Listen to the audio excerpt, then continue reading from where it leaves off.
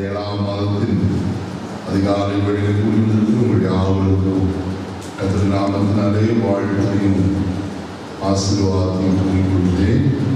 இந்த நாளிலே நாம் சிந்திக்கும்படியாய் கர்த்தர் எதிர்க்க வைத்த தேவனுடைய வார்த்தை யாத்திராகமத்தின் புஸ்தகம் 33ஆம் அதிகாரம் 21வது வசனம். இன்னும் கர்த்தர் இதோ என் அண்டையில் ஒரு இடம் உண்டு, நீ அங்கே கண்மலையில் நின்று. பரலோகத்தின் நல்ல தகப்பனே, நல்ல வேளைக்காக தம்மை நன்றி நிறைந்ததோடு நாங்கள் ஸ்தோத்திரங்களை செலுத்துகிறோம். இந்த மாதத்திலும் கர்த்தர்களோடு பேசும்படி நீரடியாக இருக்கிற வைத்திருந்த தேவனுடைய வார்த்தைக்காக நம்ம நன்றி சொல்கிறோம். வார்த்தை உங்களுடைய ஆண்டவரே, வார்த்தையை நிறைவேற்றுகிற கர்த்தர் உடைய சகல பிரஸ்தாபத்தை பார்க்கணும், உடைய வசனத்தை உறுதிப்படுத்துகிறவர். இந்த காலையிலே பேசப்படுகிற வார்த்தையை கர்த்தர் உறுதிப்படுத்த முடியாது சொல்லிக்கிறோம். ஒரு கிருபை தங்கி ஆசீர்வதியும்.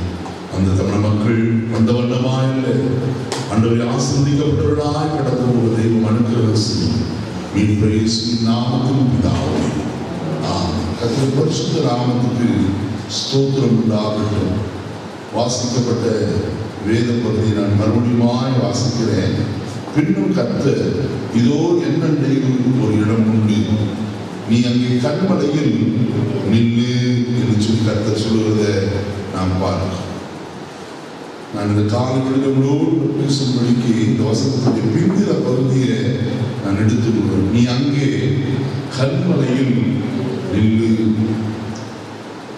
அருமையான கர்த்தருடைய தாசனாகிய மோசே தேவனுடைய ஜனங்களை வனாந்திரத்தில் வழிநடத்தி கொண்டு வருகிறதான வேளையில் கர்த்தருடைய சமூகம் தன்னோடு வராவிட்டால் தன்னை நடத்த வேண்டாம் என்று சொல்லி கர்த்தரிடத்தில் சொல்லுகிறவராய் காணப்பட்டார். ஆண்டவரே, உடைய கண்களில் எனக்கு கிருபை கிடைத்ததானால் நீர் என்னோடு வருகிறீர் என்பதற்கு அடையாளமாய் நீர் கிரியை செய்ய வேண்டும் என்று கேட்கிறார். கர்த்தர் அது பதில் சொல்றார், என் சமூகம் உனக்கு முன்பாக செல்லும், நான் உனக்கு இளைப்பாறுதல் தருவேன் என்று சொல்லி அவர் சொல்லிக் கொண்டு வருகிறதை நாம் பார்க்கிறோம். மறுபடியும் அதே மோசே கர்த்தரை பார்க்கிறான். ஆண்டவரே, உடைய மகிமை எனக்கு காண்பித்தருளும் என்று கேட்டார்.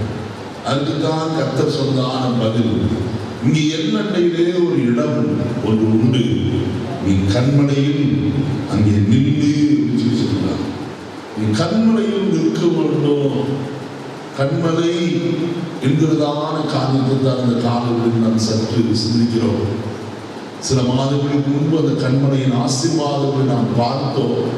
ஆனால் கர்த்தர் நாளிலே எனக்கு ஒரு வித்தியாசமான முறையில சில காரியங்களை கற்றுக் கொடுத்தது உங்களுக்கு நான் சொல்லும்படியாய் கண்மலையில் நிற்க வேண்டும் என்று கர்த்தர் சொல்லுகிறார்.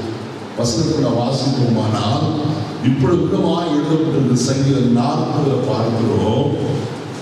கர்த்தருக்காக பொறுமையுடன் காத்திருந்தேன், அவர் என் பக்கமாய் சாய்ந்து என் கூப்பிடுதலை என்ன செய்தார் கேட்டார். உளையான சேற்றிலும் பயங்கரமான குடியிலும் உளையான சேற்றிலிருந்து அவர் என்னை தூக்கி எடுத்து என் கால்களை கண்மலையின் மேல் என்ன செய்து நிறுத்தி என் அடிகளை உறுதிப்படுத்தி அவரை துதிக்கும் புதுப்பாட்டை அவரின் வாயில் என்ன செய்தார். கர்த்தர் தான் நம்மை தூக்கி எடுத்தவர். இப்ப எங்கே நிறுத்தி இருக்கிறார்? கண்மலையின் மேல் நிறுத்தி இருக்கிறார். நிறுத்தப்பட்ட ஸ்தானத்திலே நாம் நிற்க வேண்டியது அவசியமாய் இருக்கிறது. கர்த்தர் சொல்கிற வார்த்தை மோசையோடு கூட, நீ கண்மலையில் என்ன செய், நின்று.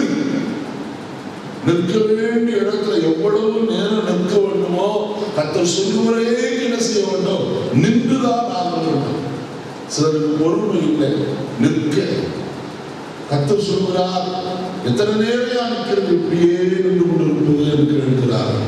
ஆனால் கர்த்தர் சொல்லும் வரைக்கும் நாம் நிற்க வேண்டியது அவசியம். மோசே நின்றான். நடந்த காரியம் என்ன? கர்த்தர் தம்மை கையினாலே என்ன செய்தார், அவனை மூடினார். கையை எடுத்தார். கர்த்தருடைய மகிமையின் பின்புறத்தை அவர் என்ன செய்தார்? கண்டால் கர்த்தருடைய வசனத்தை நாம் வாசிக்கிறோம். இந்த காலையிலே நாம் கர்த்தருடைய கரத்துக்குள்ளே மறைக்கப்பட்டு காணப்படுகிறோம். நாம் நிற்க வேண்டிய ஸ்தானத்தில் அவர் நிறுத்துவரை, அவர் நிற்க சொல்லுவரைக்கு நாம் நிற்க வேண்டியுள்ளாய் நாம் காணப்படும். இந்த 3 காரியங்களை கண்மணியின் ஆசீர்வாதங்கள் 3 உங்களோடு பகிர்ந்து கொள்ளக்கூடியாய் நான் விரும்புகிறேன். வசனத்தை வாசிப்போம். உன்னத பாட்டின் புஸ்தகம் 2ஆம் அதிகாரம். உன்னத பாட்டின் புஸ்தகம் 2ஆம் அதிகாரம் 14ஆம் வசனத்தை வாசிப்போம். கண்மலையின் வெடிப்புகளிலும் சிகரங்களின் மறைவிடங்களிலும் தங்குகிற என் புறாவே. கர்த்தருடைய பரிசுத்த நாமத்துக்கு ஸ்தோத்திரம் உண்டாகட்டும். வாசிக்கப்பட்ட கர்த்தருடைய வேத பகுதியிலே நாம் இவ்விதமாய் பார்க்கிறோம். கண்மலையின் வெடிப்புகளிலும் சிகரங்களின் மறைவிடங்களிலும் தங்குகிற என் புறாவே. புறா தங்குகிற இடம் இங்கே கண்மலையின் வெடிப்புக்குள்ளே தங்குகிறது. ஏன்? அங்கேதான் தனக்கு என்ன உண்டு? ஒரு பாதுகாப்பு உண்டு. இந்த காலையிலே நம்முடைய கண்மலையாகிய கர்த்தர் நமக்கு முதலாவது கொடுக்கிற காரியம் பாதுகாப்பை தருகிறவராய் காணப்படுகிறார். இந்த 7ஆம் மாதம் நமக்கு ஒரு பாதுகாப்பின் மாதமாய் காணப்பட போகும். தேவன் நம்மை பாதுகாக்கிற எல்லா சூழ்நிலையிலும் நம்மை பாதுகாக்கிற மாதம். இந்த புறா மாத்திரமல்ல, நீதிமொழிகளின் புஸ்தகம் 30ஆம் அதிகாரம் 26ஆவது வசனத்தை வாசிக்கிறோம். நீதிமொழிகள் 30:26.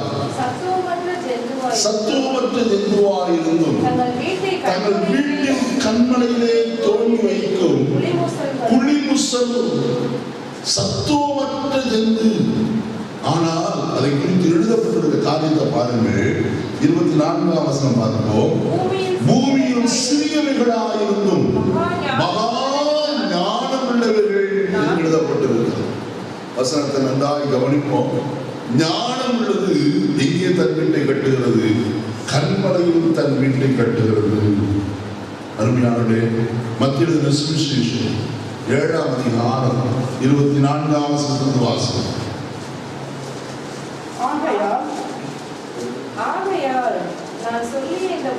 ஆகையால் நான் சொல்லிய இந்த வார்த்தைகளை கேட்டு இவைகளின்படி செய்கிறவன் எவனோ அவனை கண்மலையின் மேல் தன் வீட்டை கட்டின புத்தியுள்ள மனுஷனுக்கு என்ன செய்வேன்? ஒப்பிடுவேன். பெருமழை சுரிந்து பெருவெள்ளம் வந்து காற்று அடித்து அந்த வீட்டின் மேல் மோதின போது அது விழவில்லை. ஏனென்றால் அது கண்மலையின் மேல் என்ன செய்யப்பட்டிருந்தது? அஸ்திவாரம் போடப்பட்டிருந்தது. வசனத்தை நன்றாய் கவனியுங்கள். அப்போ ஞானம் உள்ளவன் தன் வீட்டை எங்கே கட்டுவான்? புத்தி உள்ளவன் தன் வீட்டை கண்மலையின் மேல் கட்டுகிறவனாய் இருக்கிறான். அது கீழே சொல்கிறார், நான் சொல்லி இந்த வார்த்தைகளை கேட்டு இவர்களின்படி செய்யாதிருக்கிறவன் எவனோ அவன் தன் வீட்டை மணல் மேல் கட்டின புத்தி இல்லாத மனுஷனுக்கு ஒப்பிடுவேன் என்று எழுதப்பட்டது. அதனால கர்த்தருடைய வார்த்தையின்படி செய்கிற மனுஷன் தான் தன் வீட்டை எங்கே கட்டுகிறான்? கண்மலையின் மேல் கட்டுகிறவனாய் காணப்படுகிறான். இன்னொரு வசனத்தை நான் வாசிப்போம். யோபின் புஸ்தகம் 39ஆம் அதிகாரம். யோபு 39 27 28 வசனங்கள். உன் கற்பனையினாலே கழுகு உயர பறந்து உயரத்திலே தன் கூட்டை கட்டுமோ அது கண்மலையிலும் கண்மலையின் சிகரத்திலும் அரணான ஸ்தலத்திலும் தங்கி என்ன செய்யும்? வாசப்படும். பத்திரமான இடத்திலே தங்குகிறது. எது பத்திரமான? கண்மலை என்று எழுதப்பட்டிருக்கிறது. பாருங்க, முயலுக்கும் புறாவுக்கும் கழுகுக்கும் புத்தியுள்ள மனுஷனுக்கும் வீடு எங்கே இருக்கிறது? கண்மலையின் மேல் காணப்படுகிறது. காரணம், அது தன் பாதுகாப்பை அடையும். தன் பாதுகாப்பு எங்கே இருக்கிறது என்று எழுதியிருக்கிறது. நன்றாய் அறிந்திருக்கிறது. விசுவாசிகளாய் நம்முடைய வாழ்க்கையில நாம் நம்முடைய பாதுகாப்பின் கண்மலையை அறிந்து அவருக்குள்ள புகழிடம் போக வேண்டியது அவசியமாக இருக்கிறது. 7வது மாதத்தில் கர்த்தர் எவ்விதமான பாதுகாப்பை தருகிறார். 4 காரியங்களை கர்த்தருடைய வசனத்திலிருந்து உங்களோடு நான் சொல்ல விரும்புகிறேன். வசனத்தை முதலாவது பார்ப்போம். ஆதியாகமத்தின் புஸ்தகம் 35ஆம் அதிகாரம் 5ஆம் வசனத்தை வாசிப்போம். 35:5. பின்பு பிரயாணம் புறப்பட்டார்கள். அவர்களை சுற்றிலும் இருந்த பட்டணத்தார் தேவனாலே பயங்கரம் உண்டானதினால் அவர்கள் யாக்கோபின் குமாரரை பின்தொடராதிருந்தார்கள். இந்த சம்பவம் நமக்கு தெரியும், ஆனால் சுருக்கமாய் சொல்கிறேன். இங்கே யாக்கோபு தன் மாமனாகிய லாபானை விட்டு புறப்பட்டு வருகிறவனாய் காணப்படுகிறார். அவர்கள் சீகேமுக்கு வந்தார்கள். ஊரை சுற்றி பார்க்கும்படி தீனால் புறப்பட்டு ஊருக்குள்ளே கடந்து போனார்கள். நடந்த சம்பவம், அவள் தீட்டுப்பட்டவளாய் திரும்ப கடந்து வந்தார். உடனே தீனாவுடைய சகோதரர் எழுப்பி சீகேமில் வாலிபர்களை சங்கரிக்கிறவர்களாய் காணப்பட்டார். அங்கு ஒரு பெரிய பிரச்சனை உருவாயிற்று. யாக்கோபு இதை கண்டு என்ன செய்தான்? மிகவும் பயந்தார். ஏன் இப்படி செய்தீர்கள் என்று அவன் கேட்கிற ஒரு சூழ்நிலை உண்டாயிற்று. அப்படிப்பட்ட ஒரு சூழ்நிலையிலே தான் கர்த்தருடைய வசனத்தில் நாம் வாசிக்கிறோம். பின்பு அவர்கள் பிரயாணம் புறப்பட்டார்கள். தேவனால் உண்டான பயங்கரம் அவருடைய சுற்றிலும் இருந்த தேசத்தாருக்கு உண்டானதினால் அவர்களில் ஒருவன் அவர்கள் என்ன செய்யவில்லை, பின்தொடராதிருந்தார்கள் என்று. தேவனுடைய பாதுகாப்பு யாக்கோபுக்கும் வீட்டாருக்கும் உண்டாயிருந்ததை நாம் பார்க்கிறோம். இந்த காலங்களில் அதிகமான கர்த்தருடைய ஜனமே, நம்முடைய வாழ்க்கையிலே நமக்கு சத்துருவாய் எழும்புகிற எத்தனையோ மனுஷர்கள் அன்றாடம் நாம் சந்திக்கிறவர்களாய் காணப்படுகிறோம். வசனம் சொல்கிறது, ஒருவனும் தொடராதிருந்தும் துன்மார்க்கன் என்ன செய்கிறார்? ஓடி போகிறார். நீதிமான்களோ சிங்கத்தை போல தைரியமாக இருக்கிறார் என்று கர்த்தருடைய வசனம் சொல்கிறது. யோசனை நன்றாக கவனிப்போமானால் சத்துருக்கள் அவர்கள் என்ன செய்யவில்லை, பின்தொடரவில்லை. பின்தொடராதபடிக்கு கர்த்தர் அவர்களுக்கு என்னத்தை உணர்த்தினார்? பயங்கரத்தை ஏற்படுத்தினார் என்று வசனத்தை வாசிப்பது யாத்ராகமத்தின் புஸ்தகத்தில் இஸ்ரவேல் ஜனத்தை பார்வோரும் அவள் சேனைகளும் அவருடைய குதிரை வீரர்களும் அவளை பின்தொடர்ந்து போனார்கள். எதுவரைக்கும் அவர்களும் இங்கே இறங்கினார்கள், செங்கடலுக்குள்ளே இறங்கினார்கள், அவளை பிடித்து கொண்டு வருவோம் என்று இறங்கினார்கள். கர்த்தர் அவர்களால் என்ன செய்தார்? மகிமைப்படுகிறவராய் காணப்பட்டார். செங்கடல் ஆழத்தில் அவள் எல்லாரையும் என்ன செய்தார்? அமிழ்த்து போட்டார் என்று எழுதப்பட்டிருக்கிற வசனத்தில் வாசிக்கிறோம். ஆனால் இங்கே அப்படி இல்லை. பின்தொடராதபடிக்கு, அவர்கள் பின்னுக்கு போகாதபடிக்கு, அவளை தொடர்ந்து போய் பிடித்து கொண்டு வருவோம் என்று சொல்லாதபடிக்கு கர்த்தர் பாதுகாப்பினாய் காணப்பட்டார். எப்படி? அவரால் பயங்கரம் உண்டாயிற்று. எப்படிப்பட்ட பயங்கரம் என்று தெரியவில்லை, ஒரு பயங்கரம் உண்டாயிற்று. ஆகையினால் அவர்களை தொடரவில்லை. அருமையான கர்த்தருடைய ஜனமே, உங்களுக்கு விரோதமாய் எழும்புகிறவர்கள் யாரானாலும் சரி, எப்படிப்பட்டவர்களாய் காணப்பட்டாலும் சரி, தேவனுடைய பயங்கரம் வரும்போது அவர்கள் உங்களை தொட முடியாது, உங்களை தொடர முடியாது, உங்களுக்கு யாரும் தீங்கியும் செய்ய முடியாது என்று நான் உங்களுக்கு தைரியமாய் கர்த்தருடைய வசனத்தை கொண்டு சொல்கிறேன். ஏனென்று சொன்னால் வசனம் விதமாய் சொல்லுகிறது, உனக்கு விரோதமாய் உருவாக்கப்படும் எந்த ஆயுதமும் என்ன செய்யாது, வாய்க்காது. நிச்சயமாய் அவர்கள் வாய்க்காதபடிக்கு கர்த்தர் செய்கிறவராய் காணப்படுகிறார். ஒரு வழியாய் வருவார்கள், 7 வழியாய் ஓடி போவார் என்று எழுதப்பட்டிருக்கிறது. அவர்கள் என்னதான் குற்றம் கொண்டாலும் அவர்கள் எல்லாரும் என்ன செய்வார்கள்? சிதறடிக்கப்படுவதாய் காணப்படுவார்கள். கர்த்தர் செய்த நினைத்த காரியம் ஒருபோதும் தடைபடாது என்பதை நாம் மறந்து போகிறார். 2வது பாதுகாப்பு கர்த்தர் கொடுக்கிற பாதுகாப்பு எப்படிப்பட்டது? தானியேல் தீர்க்கதரிசன புஸ்தகம் 6ஆம் அதிகாரம் 27வது வசனத்தை வாசிப்போம். தானியேல் 6:27. சற்று வேகமாக. தானியேலை சிங்கங்களின் கைகளுக்கு தப்புவித்த அவரே தப்புவிக்கிறவரும் ரட்சிக்கிறவரும் வானத்திலும் பூமியிலும் அடையாளங்களையும் அற்புதங்களையும் அற்புதங்களையும் செய்கிறவருமாய் இருக்கிறார். வசனத்தில் 2ஆம் பாதுகாப்பை வாசிக்கிறோம். கர்த்தர் தானியேலை சிங்கங்களின் வாய்க்கிற செய்தார், தப்புவிக்கிறவராய் காணப்பட்டார். அப்போஸ்தலனாகிய பவுலும் சொல்லும்போது சொல்கிறார், சிங்கத்தின் வாயிலிருந்து நான் தப்புவிக்கப்பட்டேன் என்றால் அப்படிப்பட்ட மனுஷர் காணப்படுகிறார். மாத்திரமல்ல, சத்துருவும் சிங்கம் போல எழும்பி நமக்கு விரோதமாய் காணப்படுகிறார். எல்லாவற்றிற்கும் விலக்கி நம்மை காக்கிறவர். எப்படி வசனத்தில் நான் வாசிக்கும் போது அங்கே வசனம் இப்படியாய் சொல்லப்பட்டிருக்குது. 22ஆம் வசனம், சிங்கங்களை சேதப்படுத்தாதபடிக்கு தேவன் தம்முடைய தூதனை அனுப்பி அவர்களின் வாய்களை என்ன செய்தார்? கட்டி கொண்டார்.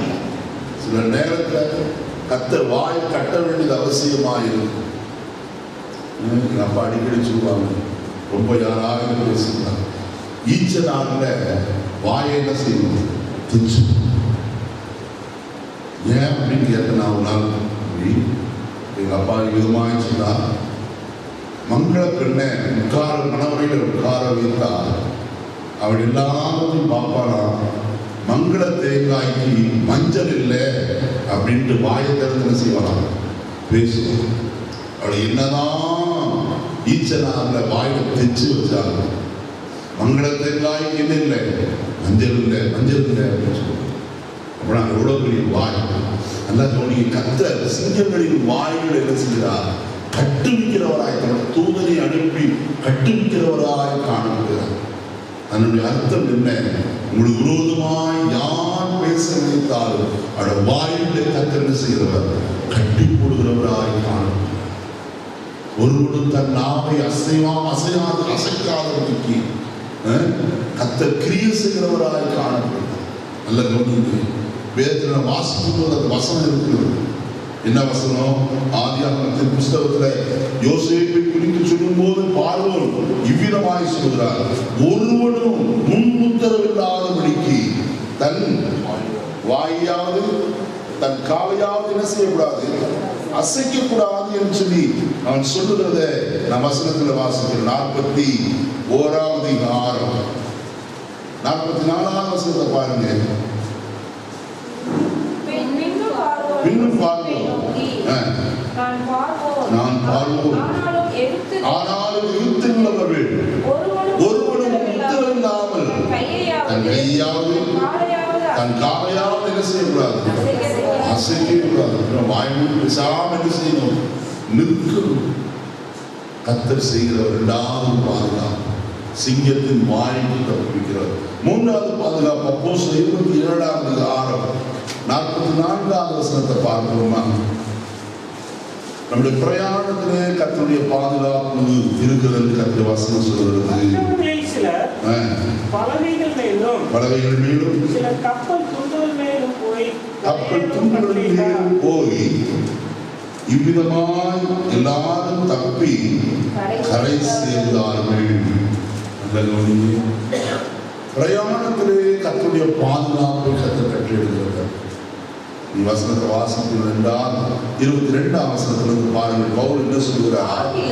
ஆகிலும் திடமனதாய் இருங்கள் என்று இப்பொழுது உங்களுக்கு சொல்கிறேன், கப்பற்சேதமே அல்லாமல் உங்களில் ஒருவனுக்கும் பிராணச்சேதம் வராது என்றால் என்னை ஆட்கொண்டவரும் நான் சேவிக்கிறவருமான தேவனுடைய தூதனானவர் இந்த ராத்திரியிலே என்னிடத்தில் வந்து, பவுலே பயப்படாதே, நீ ராயனுக்கு முன்பாக நிற்க வேண்டும், உடனே கூட யாத்திரை பண்ணுகிற யாவரையும் தேவன் உனக்கு தயவுபடினார் என்றான். ஆனபடியினால் மனுஷரே திடமனதாக இருங்கள் என்று எனக்கு சொல்லப்பட்ட பிரகாரமாகவே நடக்கும் என்று தேவனிடத்தில் எப்படி இருக்கிறேன்? நம்பிக்கையாக இருக்கிறேன். பவுல் சொல்ற வார்த்தையை பாருங்கள். தூதன் என்ன சொன்னானா? உன்னுடனே கூட யாத்திரை பண்ணுகிற யாவரையும் உனக்கு கர்த்தர் என்ன செய்தார்? தயவுபடினார். ஆகினால யாத்திரையினாலே உனக்கு யாதொரு தீங்கும் என்ன செய்யாது? வராது. நான் 44ஆம் வசனத்தை வாசிக்க கேட்டேன். அதன் கடைசி பகுதி விதமாய் சொல்லப்படுகிறது, இவ்விதமாய் எல்லாரும் தப்பி கரை சேர்ந்தார். பிரயாணத்திலேயும் பாதுகாப்பு. அருமையானவர்களே, தேவன் நம்மை பாதுகாக்கும் கண்மலையாய் முதலாவது காணப்படுகிறார். இரண்டாவது, நம்முடைய கண்மலை எப்படிப்பட்டவர்? 1 கொரிந்தியர் 10:4 வாசம். எல்லாரும் ஒரே ஞானபானத்தை குடித்தார்கள். எல்லாரும் ஒரே ஞானபானத்தை குடித்தார்கள். எப்படியெனில் அவர்களுடனே கூட சென்ற ஞான கண்மலையின் தண்ணீரை குடித்தார்கள். அந்த கண்மலை கிறிஸ்துவே. இரண்டாவது நான் சொல்றேன் சொன்னால், இந்த கண்மலை எப்படிப்பட்டவர்? ஞான கண்மலை என்று எழுதப்பட்டிருக்கு. அது என்ன செய்தாராம்? கூடவே சென்றார் என்று எழுதப்பட்டிருக்கு. கர்த்தருடைய பரிசுத்த நாமத்துக்கு ஸ்தோத்திரம் உண்டாகட்டும். நம்முடைய கண்மலை பாதுகாப்பு தருகிறது மாத்திரமல்ல, நம்மோடு கூட கடந்து வருகிற தெய்வமாய் காணப்படுகிறார். ஒவ்வொரு நிமிஷமும் நம்மை விட்டு விலகாதபடிக்கு, நம்மை கைவிடாதபடிக்கு நம்மோடு கூட 24 மணி நேரம் நம்மோடு கடந்து வருகிறார். ஒவ்வொரு எல்லா இடத்திலும் நமக்கு பின்தொடர்ந்து வருகிற கர்த்தர் ஒருவர் உண்டு.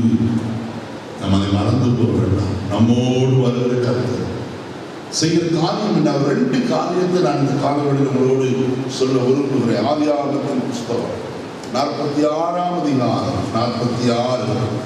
ஆதியாகமத்தின் புஸ்தகம் 4வது வசனத்தை வாசி. நான் உன்னுடனே எகிப்துக்கு வருவேன். நான் உன்னை திரும்பவும் வரப்பண்ணுவேன். யோசேப்பு தன் கையால் உன் கண்களை மூடுவான் என்று சொன்னார். யோசேப்பு எகிப்தில பெரிய பிரதம மந்திரியாய் காணப்படுகிறார். தேசம் எங்கும் பஞ்சம் காணப்படுகிறது. யாக்கோபு ஒரு செய்தி கேட்டார், எகிப்தில தானியம் இருக்கிறது. தன் பிள்ளைகளை அனுப்பி வாங்கி வரும்படி செய்தார். காரியம் நடந்து கொண்டிருந்த போது யோசேப்பு தன்னை வெளிப்படுத்தி சகோதரர்களுக்கு சுருக்கமாய் சொல்கிறேன், தன்னை வெளிப்படுத்தி தன் தகப்பனை அழைத்து கொண்டு வருகிறவனாய் காணப்படுகிறார். அப்படி அழைத்து மறுபடிக்கு ரதமெல்லாம் அனுப்பின வேளையில யாக்கோபு கர்த்தருக்கு பலி செலுத்தி கர்த்தரிடத்தில் விசாரிக்கிறார். கர்த்தர் சொல்லுகிற வார்த்தையெல்லாம் வசனத்தில் வாசித்தோம். 3வது வசனத்தை பாருங்கள்.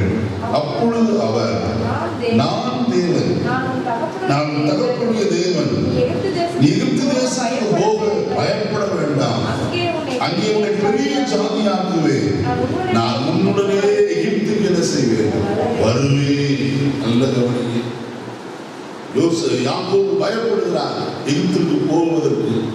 ஆனால் கர்த்தர் சொல்றார், எகிப்துக்கு போக என்ன செய்ய வேண்டாம், பயப்படாதே, நான் உன்னோடு என்ன செய்வேன்? வருவேன். கர்த்தர் கூடவே வருவேன் வாக்குத்தத்தம் யாக்கோபு கொடுத்தார். மறுமையான வசனத்தில் வாசிக்கிறோம், நான் திரும்பவும் இங்கே வரப்படுவேன், கானான் தேசத்துக்கு வரப்படுவேன். அவனை அங்கே அடக்கம் பண்ண கானானுக்கு கொண்டு வந்து ஆபிரகாம் சாரா இவர்கள் அடக்கம் பண்ணப்பட்ட இடத்துல யாவும் அடக்கம் பண்ணப்பட்டது அவசரத்த வாசம். காலை வழியில் அருமையான கர்த்தருடைய சன்னதி.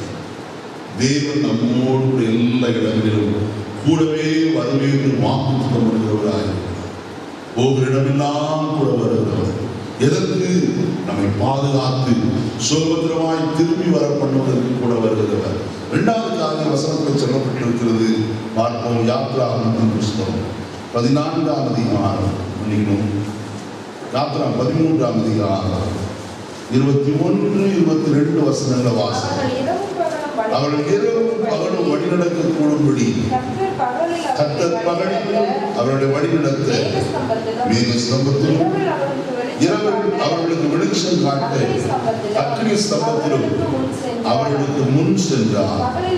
பகலிலே மேகஸ்தம்பமும் இரவிலே அக்னி ஸ்தம்பமும் ஜனங்களுக்கு என்ன செய்யுங்க நினைவு வசனத்துல வாசிக்கிறோம்.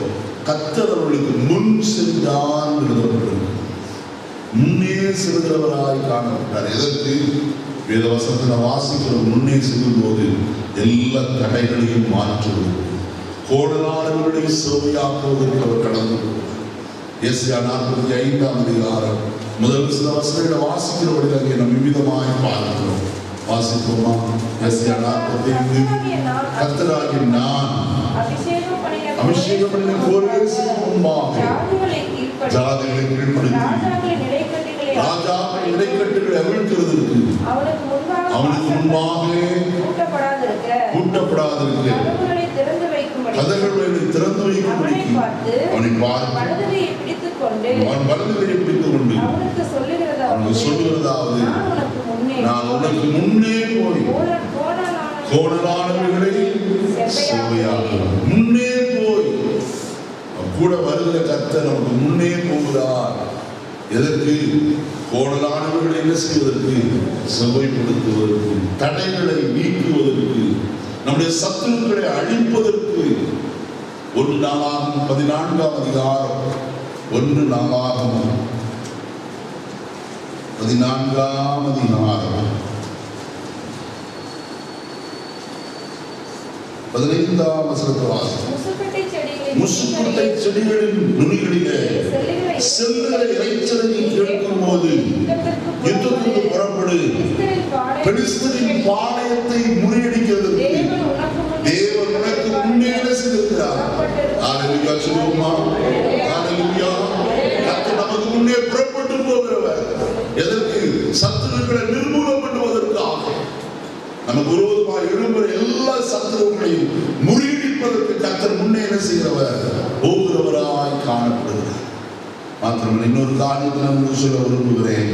லூக்கா எழுதின சுவிசேஷம் 24ஆம் அதிகாரம் 15ஆம் வசனத்தை வாசிப்போம். லூக்கா 24:15. இப்படி அவர்கள் பேசி சம்பாஷித்துக் கொண்டிருக்கிறீர்கள். இயேசு தாமே சேர்ந்து அவருடனே கூட என்ன செய்தார்? நடந்து போனார். எவ்வளவு தூரம் நடந்து போனார்? வசனத்தை பாருங்க, சொல்லப்பட்டிருக்கிறது எத்தனை தூரம் போனார் என்று. 13ஆவது வசனம்.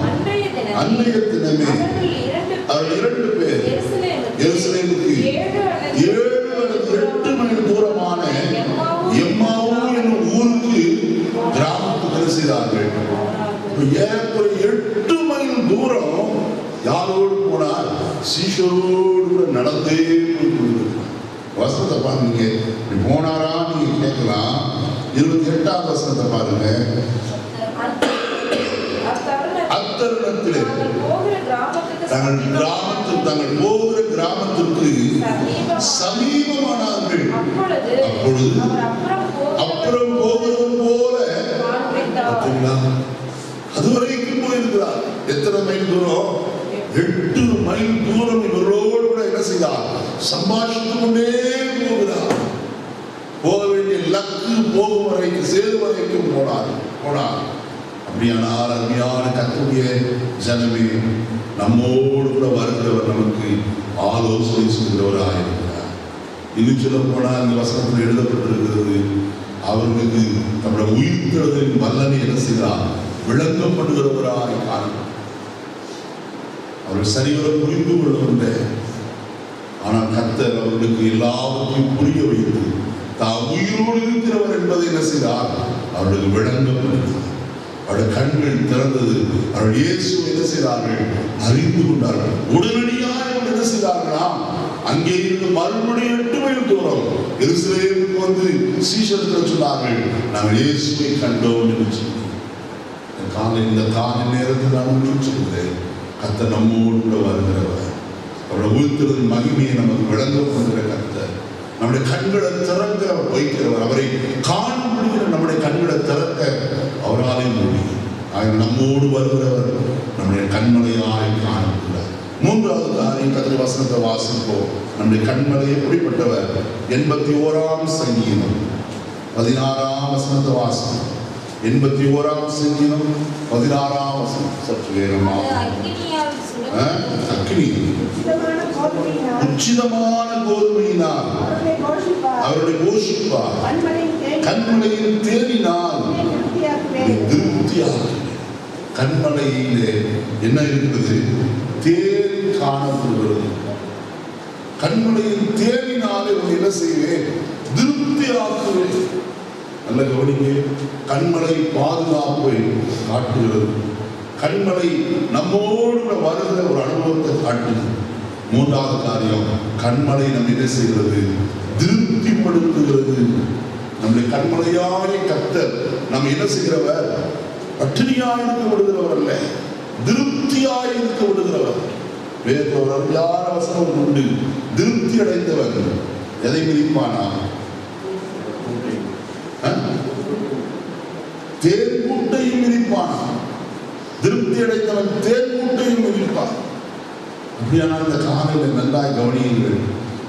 தேன் இனத்தை கொடுக்கிறது, ஒரு திருப்தியை நமக்கு கொடுக்கிறது. நம்முடைய கண்மலை நம்மை திருப்திப்படுத்துகிறவர். நல்ல கவனிங்க. மூன்று காரியத்தை முழுவதும் இந்த காலையில் நான் பகிர்ந்து கொடுப்பதாய் இருக்கிறேன். எவ்விதமாய் நம்மை திருப்திப்படுத்துகிறவராய் கர்த்தர் காணப்படுகிறார்.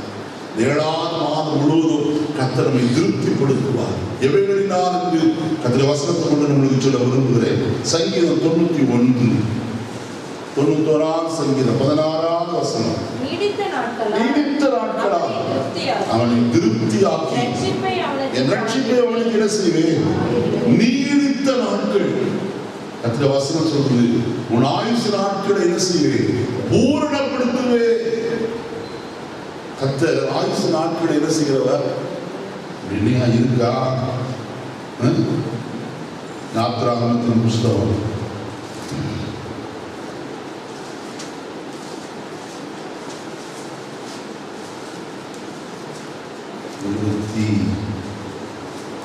23ஆம் அதிகாரம் 26வது வசனம், 25வது வாசனம். உங்கள் தேவனாகிய கர்த்தரையே சேவிக்க கடவீர்கள். அவர் உன் அப்பத்தையும் உன் தண்ணீரையும் ஆசீர்வதிப்பார். வியாதியை உன்னிலிருந்து விலக்குவேன். கர்ப்பம் விழுகிறதும் மரணம் உன் தேசத்தில் இருப்பதில்லை. உன் ஆயுசு நாட்களை என்ன செய்வேன்? பூரணப்படுத்துவேன். கர்த்தர் ஆயுசு நாட்களை பூரணப்படுத்துகிற கர்த்தர். 14 வசனத்தில் சொல்லப்பட்டிருக்குது, நீடித்த நாட்களால் உன்னை என்ன செய்து திருப்தியாக்கி என் ரட்சிப்பை அவனுக்கு என்ன செய்வேன்? காண்பிப்பேன். அருமையானவர்களே, காலை வேளையிலே முதலாவது அவர் நம்மை ஆயுசு நாட்களை பூரணப்படுத்துகிற தெய்வமாக இருக்கிறார், திருப்தியாக்குகிற தெய்வம். 2வது காரியம், எரேமியாவின் புஸ்தகம், எரேமியா 31:14 வசனத்தை வாசனம். எரேமியா 31:14. ஆசாரியர்களின் ஆத்துமாவை கொடுமையானவைகளினால் என் ஜனங்கள் நான் அளிக்கும் நன்மையினால். கர்த்தருடைய வார்த்தை என்ன சொல்றது? என் ஜனங்கள் நான் அளிக்கும் நன்மையினால் என்ன செய்வார்கள்? திருப்தி ஆவார்கள். இல்லையா? கர்த்தர் என்ன நன்மையை தருவார்? கர்த்தர் நன்மையானது தருகிறவருக்கு வேதம் சொல்கிறது. 85ஆம் சங்கீதத்தை பார்த்தீங்கன்னா 12வது வசனம் இப்படி சொல்லப்பட்டிருக்கிறது. கர்த்தர் என்ன செய்கிறவர்? நன்மையானதை தருகிறவர். என்ன நன்மை தருவார்? 12ஆம் வசனம் எரேமியா 31:12 வாசனம். எரேமியா 31:12. அவர்கள் வந்து சீயோனின் உச்சியில் எம்பீரித்து கர்த்தர் அருளும் கோதுமை, திராட்சரசம், எண்ணெய், ஆட்டுக்குட்டிகள், கன்றுக்குட்டிகள் என்பவர்களாகிய இந்த நன்மை. நல்ல கவனிங்க. கர்த்தர் நன்மையினாலும் வாய் திருப்தியாக்குற கர்த்தர். நன்மையை கர்த்தர் கொடுத்து ஜனங்கள் நன்மையினால் செய்வார்கள், திருப்தி ஆவார்கள் சொல்றார். என்ன நன்மை தராரா? முதல்ல கோதுமை தருகிறார். 2வது திராட்சரசம், எண்ணெய், ஆட்டுக்குட்டி, கன்றுக்குட்டி. ஆகாரத்தினால் நம்ம என்ன செய்கிறவர்? திருப்தியாக்குறவர். ஆகார குறைவு வருவதில்லை. எந்த குறைவு வராத வீட்டில் சாலிமாப்பூர் விதவை, எல்லார் வீட்டிலும் பஞ்சம், யார் வீட்டிலும் ஆகாரம் இல்லை. ஆனால் சாலிபாத்தின் வீட்டில் என்ன இருந்தது? மா குறைந்து போகும் இல்லை, எண்ணெய் செலவழிந்து போகும் இல்லை, பஞ்ச காலம் வரைக்கும் அவள் போஷிக்கப்படுகிறவளாய் காணப்பட்ட கர்த்தர் நம்மை போஷிக்கிறவர், திருப்தியாக கர்த்தர். யோவேலுக்கு சற்று திருப்புவோமா? 2ஆம் அதிகாரம் 19ஆம் வசனத்தை வாசனம். யோவேல் 2:19.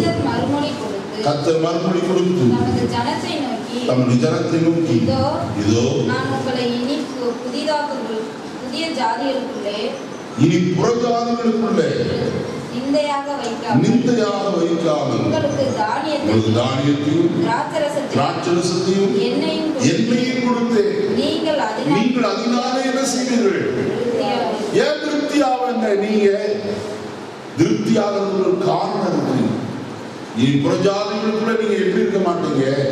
நிந்தையாக, பழமொழியாக, நிந்தை சொல்லாக என்ன செய்ய மாட்டீங்க? காணப்பட மாட்டீங்க. கத்தரை சேமிக்க போனா இன்னைக்கு மூவாவுக்கு என்ன இருக்கு? கஷ்டப்படுறான், சாப்பாட்டுக்கே வழி இல்லை. கத்தர் அப்படிப்பட்ட ஒரு பழிச்சொல்ல இருக்க விட மாட்டான். 7வது மாதத்துல கத்தருடைய பொழுதாதுகளுக்குள்ளே நிந்தையாய் வைக்காதபடிக்கு உங்களை திருப்தியாய் போஷிக்கிற கத்தர், உங்களுக்கு ஆகாரம் கொடுத்து உங்களை திருப்திப்படுத்துகிற கத்தராய் காணப்படும். அடுத்த ஒரு காரியத்தை நான் சொல்லி முடிக்கிற நேரம் இல்லாத சங்கீதம் 17 கடைசி வசனத்தை வாசிப்போமா? சங்கீதம் 17 கடைசி. நானோ நீதியில் உம்முடைய முகத்தை தரிசிப்பேன். நான் விழிக்கும் போது உமது சாயலால் திருப்தியாக. ஆங்கிலத்தில் விதமாய் சொல்லப்பட்டிருக்குது, I will satisfy when I look like you என்று எழுதப்பட்டிருக்கு. நான் உம்மை போல இருக்கும் போது நான் என்ன செய்வேன்? திருப்தியாக ஆண்டவரே. வசனம் தான் சொல்லுது, சாயலால் நான் என்ன செய்வேன்? திருப்தியாக. எப்போது? நான் விழிக்கும் போது. இனி எதிர்காலத்தில் ஒரு காரியம் உண்டு. அவரை திருப்திப்படுத்த போகிறவர் எந்த எதினாலே? அவருடைய சாயலாய் மாற்ற போவதினாலே.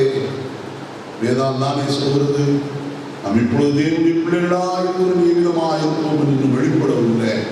ஆகியோர் வெளிப்படும் போது அவர் இருக்கிற வண்ணமாகவே நாம் அவரை தரிசிப்பதினால் அவருக்கு அவரை போலவே இருப்போம்.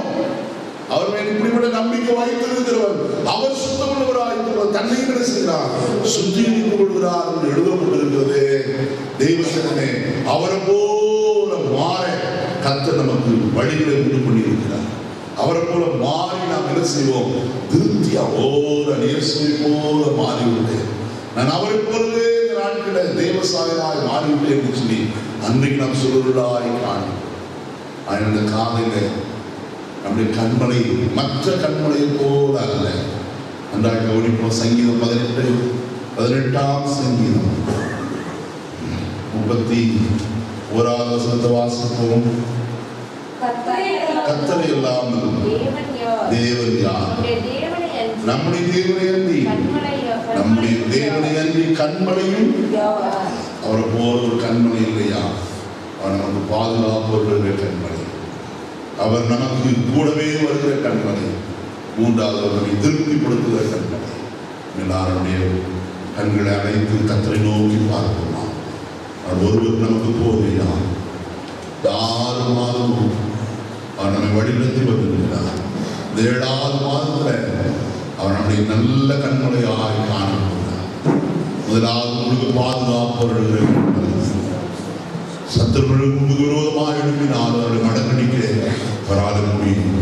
சிங்கிகள் வாய்களை கட்டி போட்டு பாதுகாப்பு கற்று அதே சமயத்தில் யாத்திரையிலே பிரயாணத்திலேயும் பாதுகாப்பு தருகிற கர்த்தராய் காணும். கர்த்தருடைய ஜனமே, உனது பாதுகாப்பு மறுபடி கர்த்தர் ஒருவர் உண்டு. அவர் கண்மலையாய் காணப்படுகிறார். அவர் அண்டையில நிற்கிற மேடையில நமக்கு பாதுகாப்பு உண்டு. அற்ப ஜந்துவாய் மகா ஞானம் உள்ள வீட்டில் குளிமுசல் தன் வீட்டை கண்மலையிலே தோண்டி வைக்கிறது. புறாக்கள் கண்மலை வெடிப்பு விழுவை தக்குகிறது. கழுகு தன் கூட்டை கண்மலையின் சிகரத்திலே வைத்திருக்கிறது. புத்தியுள்ள மனுஷன் தன் வீட்டை கண்மலையிலே கட்டுகிறவனாய் காணப்படுகிறார்.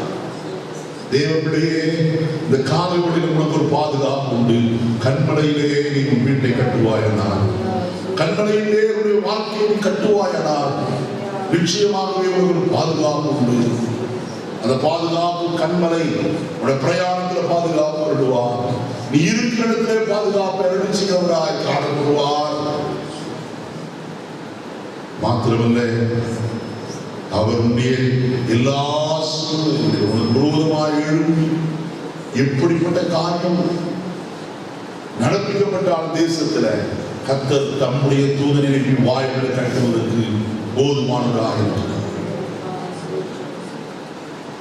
தானியேலுக்கு விரோதமாய் பத்திரத்தில் கையெழுத்து வைக்கப்பட்டது. அவனோ முன் செய்து வந்தபடியே ஜெபிக்கிறவனாய் காணப்பட்டார்.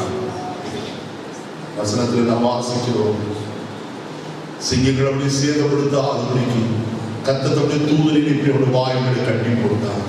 காரணம், நம்மை பாதுகாக்கிற கர்த்தர். நம்முடைய பிள்ளைகள் மீது ஒருவனாக கை வைக்க கூடாதபடிக்கு அவருடைய பாதுகாக்கிற கர்த்தர். எபிரேய புருஷர்களாகிய 3 பேரையும் அக்னி ஜுவாலையிலே போடப்பட்டாலும் கர்த்தருடைய பாதுகாக்கிறவராய் அவரோடு நடக்கிறவராய் காணப்பட்டாரே. கர்த்தருடைய பிள்ளையே, பயப்பட வேண்டிய அவசியம்.